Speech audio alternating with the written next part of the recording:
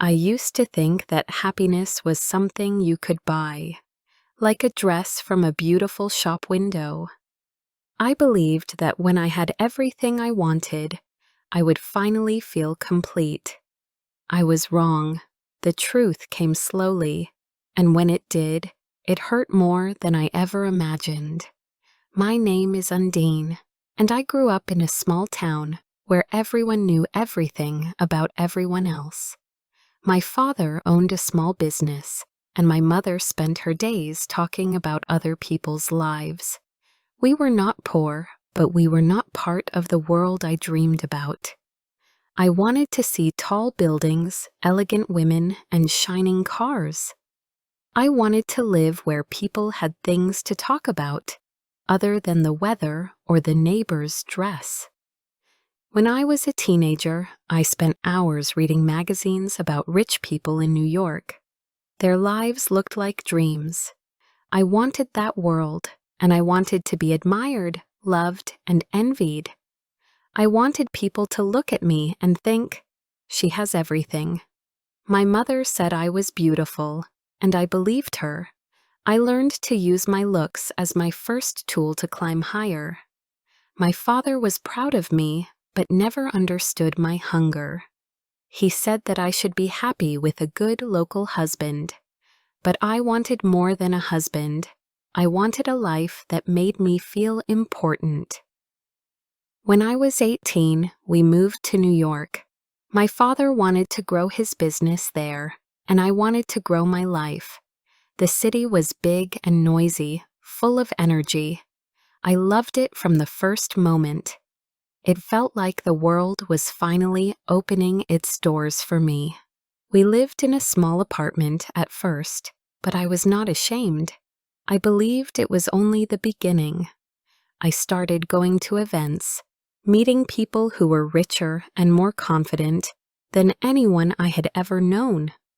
I watched them carefully and copied their way of speaking and moving. I wanted to be one of them, and slowly I became part of their world. Before we continue, I would love to know something. Where are you listening from? Which city? Which country? Share it in the comments. And if you are enjoying this story, please subscribe to hear more every week. The first man I met who could give me what I wanted was Ralph Marvell. He was from an old, respected New York family. His voice was calm, and his smile was gentle. He loved books and art, which I did not understand, but I liked how serious he was. He treated me as if I were rare and precious. He believed in love, and I believed in success. We were different, but we did not see it then. When he asked me to marry him, I said yes without thinking. I saw his family name as my key to a better life. Everyone said I was lucky, and I agreed. My wedding dress was white and perfect, and I felt like a princess. When we moved into his family's house, I thought I had finally reached the place I had dreamed of. But after the wedding, life became quiet. Ralph worked long hours, and I spent my days alone. His family was kind but also proud, and they did not like how much I wanted to be seen. They thought it was wrong to care about fashion or to want people to notice you. I tried to please them, but I felt like a bird in a cage. Ralph often spoke about art, history, and books. He wanted to share his world with me, but I was not interested. I wanted parties, travel, and people who admired me. I began to feel bored and restless. I told myself that I deserved more, that I was born for something greater.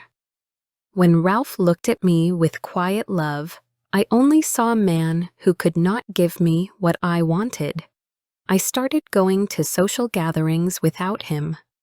There I met people who lived the life I wanted, people who had beautiful clothes, who went to Paris, who never worried about money. I wanted to be like them. I wanted to be the woman everyone talked about. One of the men I met was Peter, a rich friend of Ralph's. He made me feel special. He said I was too beautiful for such a simple life. His words filled me with excitement. Ralph never said anything, but I knew he was hurt. He watched me change, and I think he hoped it was only a phase. He loved me deeply, but I did not see the value of that love then. I thought love was something easy, something that followed admiration and success. I did not understand that love is quiet and strong, not loud and shining. Months passed, and my heart grew colder. I began to feel trapped again, the same way I had felt in my small town. I blamed Ralph for my unhappiness. I told myself that if I could live in Paris or in a grand house, everything would be different. I could be truly happy. I did not see that the emptiness was inside me, not around me. Ralph's family began to talk about me. They said I was selfish, that I only cared about money. I hated hearing that, but in some way it was true. I wanted the world to notice me. I wanted everything to be mine. Ralph tried to help me, but I did not want his help. I wanted freedom. One evening, after another argument, I looked at him and felt nothing. The man who had once seemed strong and noble now looked weak and tired. I thought that I could never love him again. That night, I decided that I would leave him.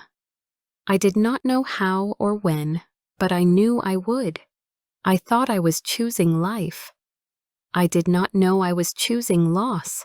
When Ralph went to work the next morning, I sat in our quiet living room and looked around.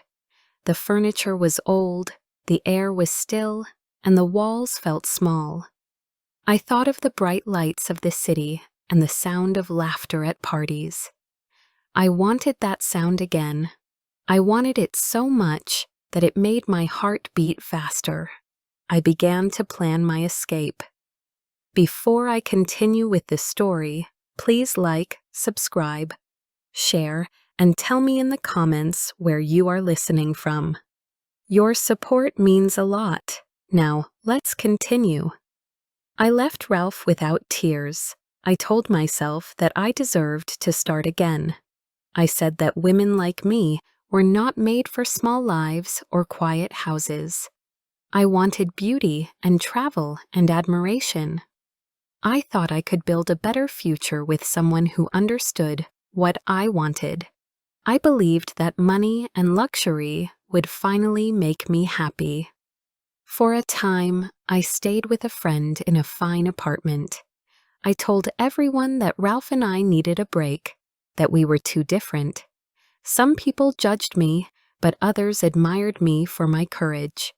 I listened to their words and let them feed my pride. Soon, I began to meet new people, men who lived the kind of life I wanted. They took me to restaurants, shows, and parties. I felt alive again. Among them was a man named Raymond. He was from France and had old family money.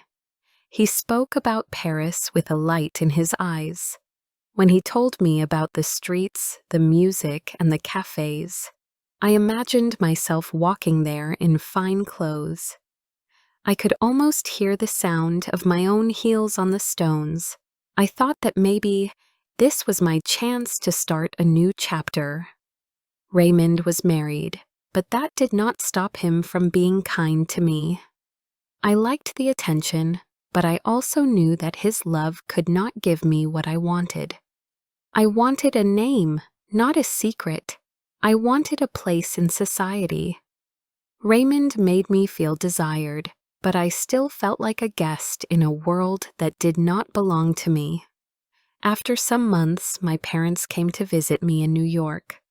They were proud that I was living in a fine neighborhood, but they worried about what people said. My mother cried and begged me to return to Ralph. She said that love and respect were more important than a rich life.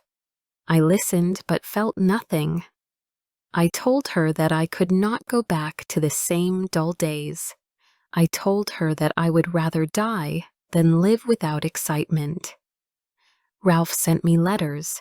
They were gentle and sad. He asked if we could meet, but I refused. I said I needed time. I said I was not the same person anymore. He said that he would wait for me.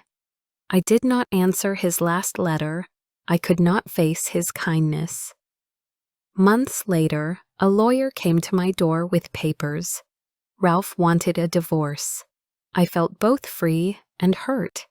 For the first time, I saw how much I had destroyed.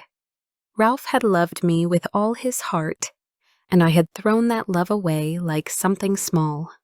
I tried to forget, but sometimes his face came back to me in dreams, calm and full of sadness. I would wake up in the dark and tell myself that I did the right thing. After the divorce, I met a new man named Elmer Moffett.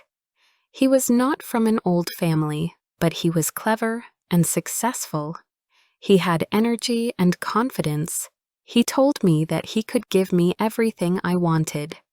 I liked how sure he was. He was not afraid of me. He said that I was born to shine, and that I only needed the right stage. When Elmer asked me to marry him, I hesitated at first. I wanted to be part of the old, respected families. Elmer was rich, but he was also loud and proud of his success. Yet he made me laugh, and he promised me freedom. I said yes. I thought that money and passion together would be enough. Our new life was exciting.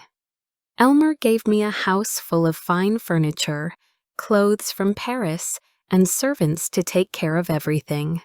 We went to the theater and traveled to Europe. People looked at me with envy, and I loved that.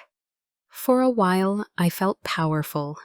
I thought I had finally found what I wanted. But when we moved to Paris, things changed. The people there were polite but distant. They smiled, but their smiles were thin.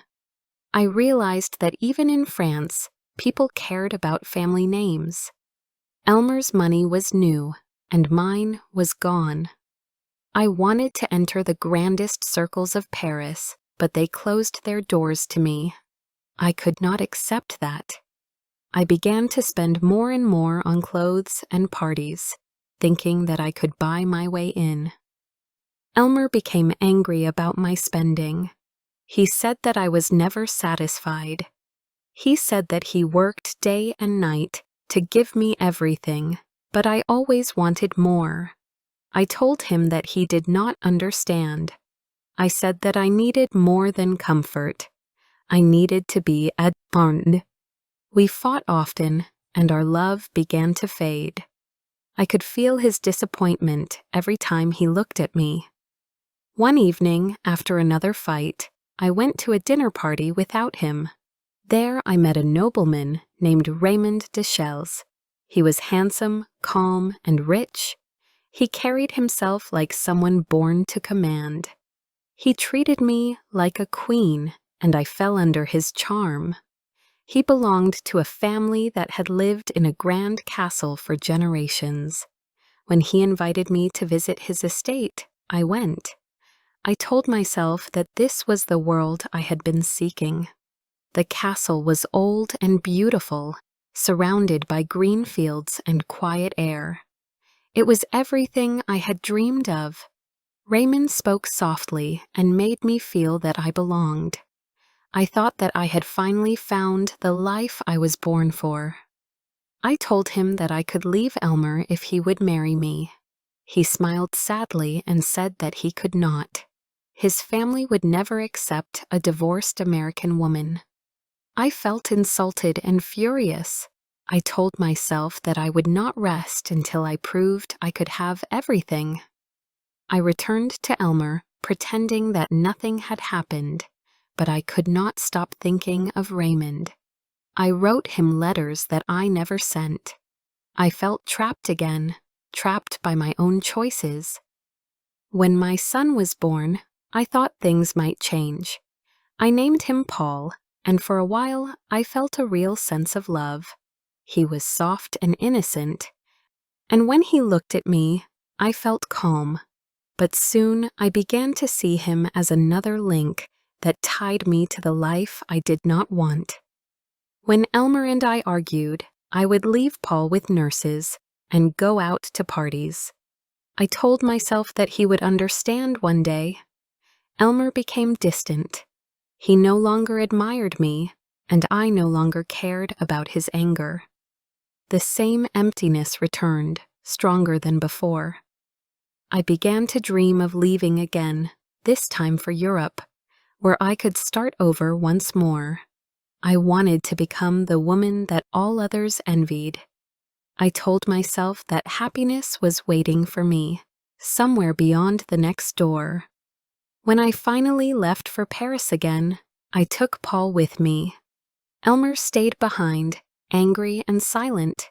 I promised myself that I would give my son a better life, but deep down, I wanted to give myself a new life. I wanted another chance to rise higher. In Paris, I was more beautiful than ever. People admired me wherever I went. I learned to speak French more fluently and to move with the grace of a Parisian lady. I met Raymond again by chance at a concert. He was polite, distant, and kind. When he spoke, I felt the same spark that I had felt before. This time, I told myself, I would not lose him. I began to imagine our life together. I thought about his castle, his name, and his family. I believed that if I could marry him, I would finally stop searching. I believed that peace waited for me there. But I did not know that peace was something you cannot buy. When I saw Raymond again in Paris, everything I had left behind seemed far away. I felt young again, as if time had turned back.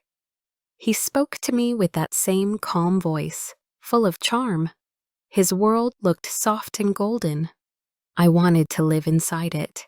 I wanted to belong to that world where people moved slowly and spoke quietly. I told myself that this was the life I was born to live. I began to visit his house more often. His mother was kind but careful. She watched me closely, and I could feel her judgment. I tried to win her approval with my beauty and my charm, but her eyes were cool. She saw me as an outsider, a woman who did not understand their traditions. Raymond loved me, but he did not fight for me. He said that his family could never accept another divorce, and that his world was built on duty and faith.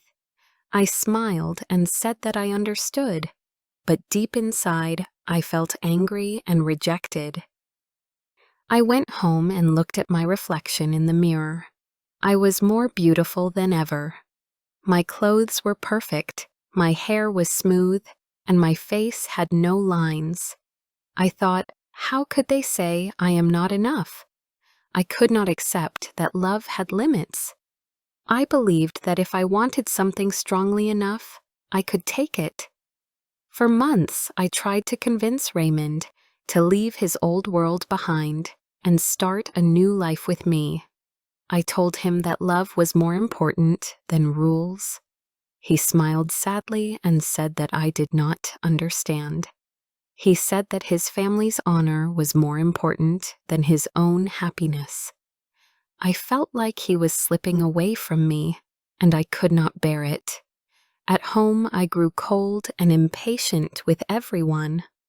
Paul, my son, was growing fast, but I did not spend much time with him. He was quiet and gentle like Ralph, his father. When he looked at me, I felt uncomfortable, as if he could see through me. Sometimes I kissed his hair and told him I loved him, but my mind was always somewhere else. I wanted to escape again. I began to think about Elmer. He had become even richer in America. People said that he owned hotels and factories. I started to write to him again. At first, my letters were about Paul. I said that he needed support. Elmer answered with kindness. Then I wrote again, this time about my own situation. I said that Paris was expensive and that I wanted to give our son a better life. Elmer sent money, and his letters became warmer. He said that he still thought of me. I liked the idea of being wanted again, but Raymond was still in my mind. I could not forget the way he looked at me, the calm in his eyes. I told myself that one day he would come back. I wanted him to regret letting me go. I wanted everyone to see that I could still rise higher than all of them. Then one day, news came that Ralph had died. When I read the letter, I felt a strange silence inside me. He had been ill, and no one had told me. For a few moments, I remembered our early days together, when he looked at me with gentle eyes and believed in me. I thought about the kindness I had thrown away. I did not cry, but something inside me felt cold and empty. I wondered if anyone would ever love me like that again. After his death, I went to visit my son. He was staying with Ralph's family. They did not welcome me warmly, but they allowed me to see him. Paul was shy at first, but when I hugged him, he smiled. I told him that he would come to live with me soon. He looked uncertain, but he nodded. I thought that having him close would give me a sense of peace. When we returned to Paris, I tried to act like a caring mother, but I did not know how to love quietly. I wanted to show him off, to make people see what a perfect life we had. But Paul missed his father's family. He did not enjoy the grand dinners or the new clothes. He liked books and quiet walks. He was gentle, and I was restless. Sometimes I raised my voice at him, and then I felt guilty. He would go to his room, and I would sit alone, wondering why my heart always felt heavy. Raymond finally married another woman. When I heard the news, I felt as if the air had left the room. I tried to smile and say that I was happy for him, but inside I burned with anger. I thought that he had betrayed me, that he had wasted my time. I told myself that I would never again give my heart to anyone who did not give me everything I wanted. Elmer came to Paris on business, and I met him again. He looked older but stronger than before. He still admired me, and I could see that he was proud to be seen with me. I knew that he had a new wife, but that did not stop him from spending time with me. He took me to fine restaurants and spoke about his success. He said that I could have anything if I returned to him. I liked hearing that. For a moment, I thought about going back to him. He had money, power, and influence, but when I looked at him, I saw the truth. I had left him once before because I thought I was better. If I returned, it would mean admitting that I had lost. I could not do that. I smiled and told him that I was fine on my own. Still, his attention gave me confidence. I began to attend more parties again. I met diplomats, artists, and rich foreigners. People still admired my beauty. I told myself that this admiration was enough. But when I went home at night, I often felt tired and alone. The faces I saw in mirrors began to feel like strangers. My beauty was still there, but it no longer brought me peace. Paul grew older and quieter. He often stayed in his room, reading. I tried to talk to him, but he did not open up. One day he said that he wanted to study in America. He missed his father's country. I told him that he could not go, that he was too young. He said that he wanted to live with his grandparents. I felt angry and hurt. I said that he was ungrateful. He said nothing, but I saw tears in his eyes. That night, I could not sleep. I knew that I had lost him too. When he finally left for America, the house became silent. For days, I could not eat. I walked from room to room, touching the walls as if they could answer me. I had everything I had once dreamed of. I had clothes, jewels, and people who called me beautiful. But my son was gone, and my heart was empty. Sometimes I would look out of the window and watch other people walking together in the street. I would see young couples holding hands and laughing. I would see mothers with their children. They looked simple, but they looked happy. I would ask myself what I had missed. Why was I never satisfied? I began to understand that my hunger for more had become my prison.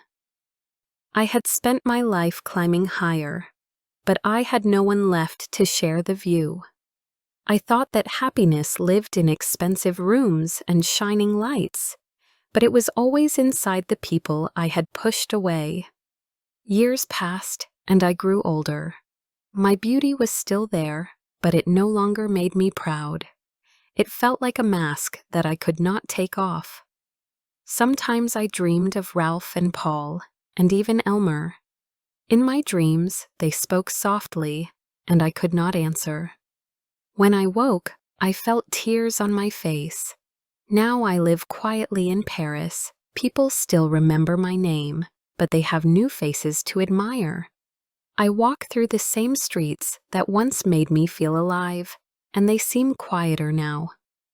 I still have fine things, but they do not fill the space inside me. I have learned that the world cannot give peace to a heart that does not know what it needs. I wanted everything, but I never learned what truly mattered. I thought I was winning, but I was only losing what could not be bought. Love, kindness, and peace are not things you can take.